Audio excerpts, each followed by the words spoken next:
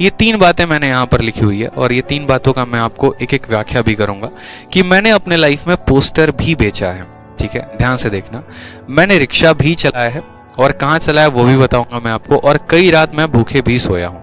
ये मेरे जीवन की एक सच्चाई है जिसको मैं कभी भूल नहीं सकता हूँ। ठीक है, और ये कैसे हुआ क्या वो ये बता रहे हैं। वक्त है 2014 का, जब हम दिल्ली में आए थे ग्रेजुएशन करने, जब हम 12th में थे और 12th पास आउट करके जब हम दिल्ली में आए थे ना, तब उस समय मेरी जो उम्र थी, अगर हम 2014 की बात करें तो कितने साल हो गए, 14 4 18 साल की मेरी उम्र थी और 18 साल की उम्र में हम जो है वो दिल्ली में आए हुए थे।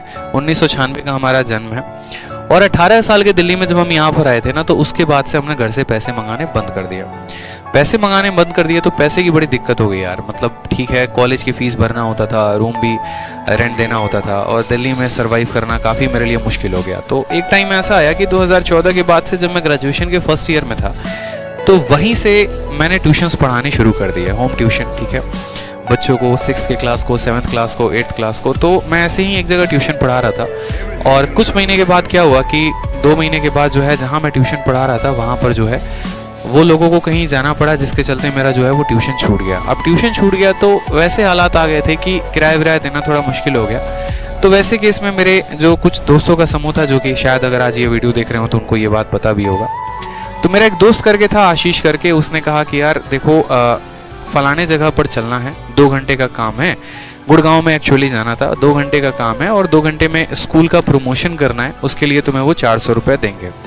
तो मैंने कहा चल लेते हैं, कोई दिक्कत की बात नहीं है। ठीक है, उनकी कैब आई थी, हम धौला कुआं मेरा कॉलेज था, वहाँ से जो है कैब में बैठकर मैं गया गुड़गांव में। और गुड़गांव में जाने के बाद वहाँ पर ये हुआ कि हाँ 2-3 घंटे जो है आराम से एक रिसेप्शन रहेगा, वहाँ पर बैठकर प्रमोशन करना है और करने के बाद वो 200-300 रुपये 400 रुपये उनकी बात हुई थी कि वो दे देंगे ऐसे करके। तो मैंने कहा चलो ठीक है, कोई दिक्कत नहीं है। लेकिन प्रॉब्लम वहाँ तक नहीं आई, प्रॉब्लम वहाँ से शुरू हुई। ठीक है, उन्होंने जो कहा था जस्ट उसका डिफरेंट हुआ। वो गाड़ी में बिठाए और गाड़ी में बिठाने के बाद जो है 4 दोस्त थे हम टोटल, उन्होंने 4 अलग अलग चौक पे छोड़ना शुरू किया हमें। मुझे जो है वहीं पर एक इफ़को चौक करके है, मतलब उधर ही साइड में, वहाँ पर मुझे उन्होंने उतार दिया और कहा कि सर आप ये पैम्पलेट पकड़ो, ये पैम्पलेट डिस्ट्रीब्यूट करो, जो पोस्टर होते हैं ना, जो पर्चे होते हैं। ठीक है, और ये पैम्पलेट आपको लोगों को देना है और ये फॉर्म है, जो लोग आपसे पैम्पलेट लेंगे या इंटरेस्टेड होंगे ये भरवाने हैं। 50 से ऊपर फॉर्म भरोगे तभी हम आपको पिकअप यहाँ करने आएंगे। मेरी हालत उस समय ऐसे ख़राब हो गई ना कि मेरे मतलब पैर के नीचे से मेरा ज़मीन खसक गया था। मुझे एक पल के लिए समझ में नहीं आ रहा था कि ये हुआ है तो हुआ क्या है। दिन ऐसे कभी लाइफ में देखे नहीं थे कि पोस्टर बांटने की नौबत आ जाएगी। ठीक है, बट कोई बात नहीं, मैंने कहा चलो कोई बात नहीं। और बुरा तब लगा ना कि जब मैं लोगों के पास जा रहा हूँ पोस्टर लेके, तो अरे भैया टाइम नहीं, हटाओ यार यहाँ से मत बात करो। क्योंकि हम भी ऐसा करते हैं, कोई समय पोस्टर लेके आता है, अरे भाई टाइम नहीं है यार बाद में। तो कोई जल्दी वो फॉर्म भरने को रेडी नहीं था और जब तक वो फॉर्म हम नहीं भरते तब तक कोई मुझे पिक करने नहीं आता। मेरे पास उस समय पैसे भी नहीं थे, ना मोबाइल फ़ोन था, चोरी हो गया था कुछ टाइम पहले दिल्ली में आते ही। जैसे तैसे करके लोगों से फॉर्म भरवाए। फॉर्म भरवाने के बाद किसी के नंबर से उनको फ़ोन किया, उन्होंने पिक किया। और एक वो दिन था जब मतलब हम कहते हैं ना कि यार पढ़ाई बहुत मुश्किल है, पढ़ाई बहुत मुश्किल है, नहीं होता है, मैथ्स है सॉल्व नहीं होता है, जीएस है याद नहीं होती है। उसी दिन मुझे लाइफ में समझ में आ गया था कि इससे मुश्किल तो धरती पे कोई काम है ही नहीं, इससे बेस्ट है। ठीक है, मतलब अगर मैं ये बात बोलूं, एक तरफ पढ़ाई और एक तरफ पोस्टर बेचना है, तो मैं बोलूंगा कि मेरे लिए जो है ना, मेरी जो पढ़ाई है ना वो ज्यादा आसान है, मेरे लिए पोस्टर बेचना काफी मुश्किल है। तो मैंने अपने लाइफ में कई रात मुझे लगे थे उस चीज से मुझे बाहर आने में, तो मैंने अपने लाइफ में पोस्टर भी बेचा। दूसरा इंसिडेंट ऐसा हुआ 1 साल के बाद, जब मैं सेकेंड ईयर में वापस से था, मेरा पेपर बीत गया था, मुझे रूम चेंज करना था और रूम चेंज करने के लिए जो है मकान मालिक ने बहुत ज़्यादा तमाशा खड़ा किया हुआ था। हम रूम भी ऐसे लिए हुए थे कि 2000 रुपये हमारा रूम का किराया था और जिसमें हम 2 लड़के रहते थे, एक मैं था और एक अजय नाम का लड़का था, भाई है मेरा, वो भी मतलब मेरे गांव का ही था। वो फिजिक्स ऑनर्स वो कर रहा था, मैं केमिस्ट्री ऑनर्स। तो 2000 रुपये किराए में हम दोनों रहते थे, लेकिन मकान मालिक आए दिन परेशान करना, पढ़ाई में डिस्टर्ब करना, बड़े मुश्किल से करके हम लोगों ने रूम चेंज करने का डिसीजन लिया। लेकिन हमारे पास सामान ले जाने के लिए भी जो है वो रिक्शा विक्शा कुछ भी नहीं था। तो पास में ही हम शाम को सब्जी लेने जाते थे, तो एक सब्जी वाले से थोड़ी सी अच्छी पहचान हो गई थी, क्योंकि हम भी बिहार के थे, वो भी बिहार के थे। तो बातों बातों में तो जस्ट हमारे रूम के सामने ही उनका ठेला रखा हुआ था। तो हमने कहा कि भैया देखो पैसे तो है नहीं, थोड़े बहुत आप 150 रुपये ले लेना, क्योंकि 400-500 रुपये ले रहे थे शिफ्ट करने के लिए ऑटो और रिक्शे वाले। मैंने कहा भैया 150 रुपये दे देंगे, रिक्शा हम लोग खुद ही चला लेंगे, सामान हम लोग खुद ही रख लेंगे, हम लोग रूम पे पहुंचा देंगे, बस आपका रिक्शा आधे घंटे के लिए चाहिए। मेरे दोस्त ने सामान पूरा का पूरा रिक्शे पे रखा और मैंने 3 चक्कर पूरे के पूरे रिक्शे में अपने गली में चलाया, दिल्ली में ही जिस एरिया में रहता था। खुद भी काफ़ी ज़्यादा बुरा फील हो रहा था, तो रुमाल बांधकर भी जो है वो भी चलाया। मैंने कहा कोई बात नहीं, होगा लाइफ में, जो भी होगा ऊपर वाला देख रहा है, कुछ होगा अच्छा तो कभी डिस्कस किया जाएगा, कुछ भी है, ठीक है। जैसे तैसे करके ग्रेजुएशन का समय बिताया, ठीक है, और अच्छा रहा, एक्सपीरियंस अच्छा रहा। 90% ग्रेजुएशन में मेरे मार्क्स भी आए। काफ़ी दोस्त जो है वो आगे बढ़ते चले गए और पीछे छोड़ते चले गए, कोई दिख नहीं हुआ उस बात का, लेकिन हाँ अपनी मेहनत पर एक था कि करेंगे लाइफ में कुछ आगे करेंगे।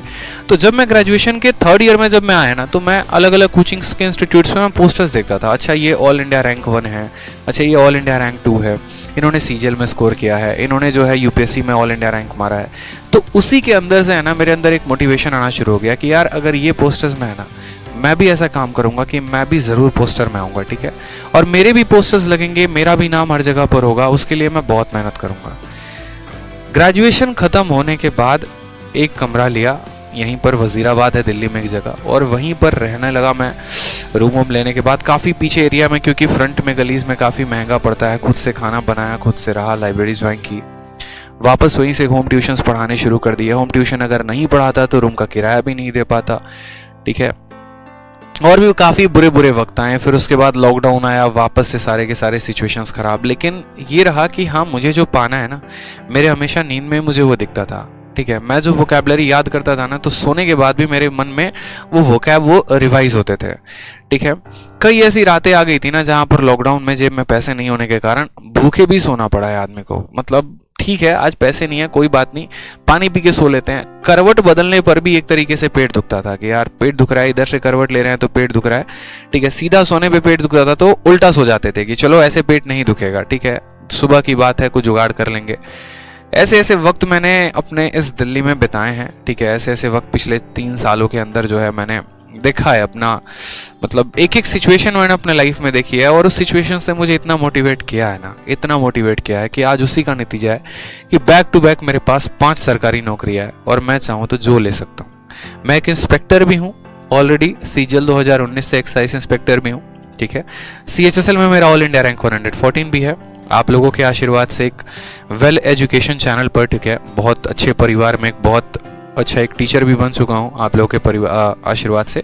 बहुत अच्छा तो नहीं कहूँगा, हाँ थोड़ा बहुत पढ़ा लेता हूँ, थोड़ा बहुत नॉलेज है, ठीक है। बस आप लोगों की जो है वो हमेशा भलाई के लिए सोचते रहता हूँ, ठीक है। तो इसलिए मैंने हमेशा इस चीज़ पे फोकस की। दूसरी बात, बहुत बच्चे ये भी बोलते हैं कि सर आप इतना पढ़ाते हो, कभी आप अपने लुक्स पे ध्यान नहीं देते, कभी इन चीज़ों पे ध्यान नहीं देते, कभी कैसे ही बाल रहता है चले आते हो। हमेशा एक बात को मेरे भाई ध्यान रखना कि जो आपके अंदर की ऐब है ना, अपने आप को इतना कामयाब बना लो। एक शब्द बोलूंगा, ध्यान रखना, अपने आप को इतना कामयाब बना लो ना कि जो आपके अंदर की जो ऐब है ना, वो भी समय आने पे आपकी स्टाइल बन जाए। समझ में आ रहा है बात? मैं जो बोलूंगा बड़े ध्यान से समझना। आपके अंदर की जो एक ऐब है, ऐब क्या बोलते हैं? ऐब उसको बोलते हैं जो आपके अंदर की कमी है ना, ठीक है, समय आने पर वो भी स्टाइल बन जाए। यानी अगर आप धोती पर भी अगर पहनते आए हैं, आपके पास पैसे नहीं थे कभी जीन्स या शर्ट पहनने की, अगर आप धोती पे थे, तो वक्त को ऐसा बदल के रख दो कि वो धोती जो है ना वो एक समय का ट्रेंड बन जाए, ठीक है। तो मेरी सिंप्लिसिटी ही मेरा ट्रेंड बनेगा एक दिन, ये मुझे पता है, ठीक है। बस वो मेहनत है जो उस कदम पर लेकर आएगा। आपको भी इसी तरीके से मेहनत करते रहना है। बहुत बड़े बड़े यार नहीं होते भाई, जितने भी ये टॉपर्स होते हैं ना, शायद ही उनके 10% ऐसे होते हैं जो बहुत अच्छे बैकग्राउंड से होते होंगे, ठीक है। 90% सिचुएशंस वैसी लोगों की होती है, सबके सब स्ट्रगल कर रहे होते हैं। बहुत बड़ी फैमिली से कोई नहीं होता है यहाँ पे। अगर उतने बड़ी फैमिली से होते तो यार हम IIT करते, ठीक है, हम MBA करते, हम यहाँ पर मेडिकल की तैयारी करते, हम सरकारी नौकरी की तैयारी थोड़ी करने आते हैं। हमें पता है कि हमारे पीठ पीछे हमारे परिवार के पास कुछ भी नहीं है। उतने पैसे होते तो वो तैयारी करवाते, नहीं है तभी तो हमें आगे इस जंग में आके लड़ना है, और अपने लिए भी लड़ना है, और अपने आने वाले जो है एक तरीके से जनरेशंस के लिए भी लड़ना है। तो ये अपने मन में एक ठानो, एक मोटिवेशन रखो, पॉजिटिव मोटिवेशन रखो, मेहनत करो।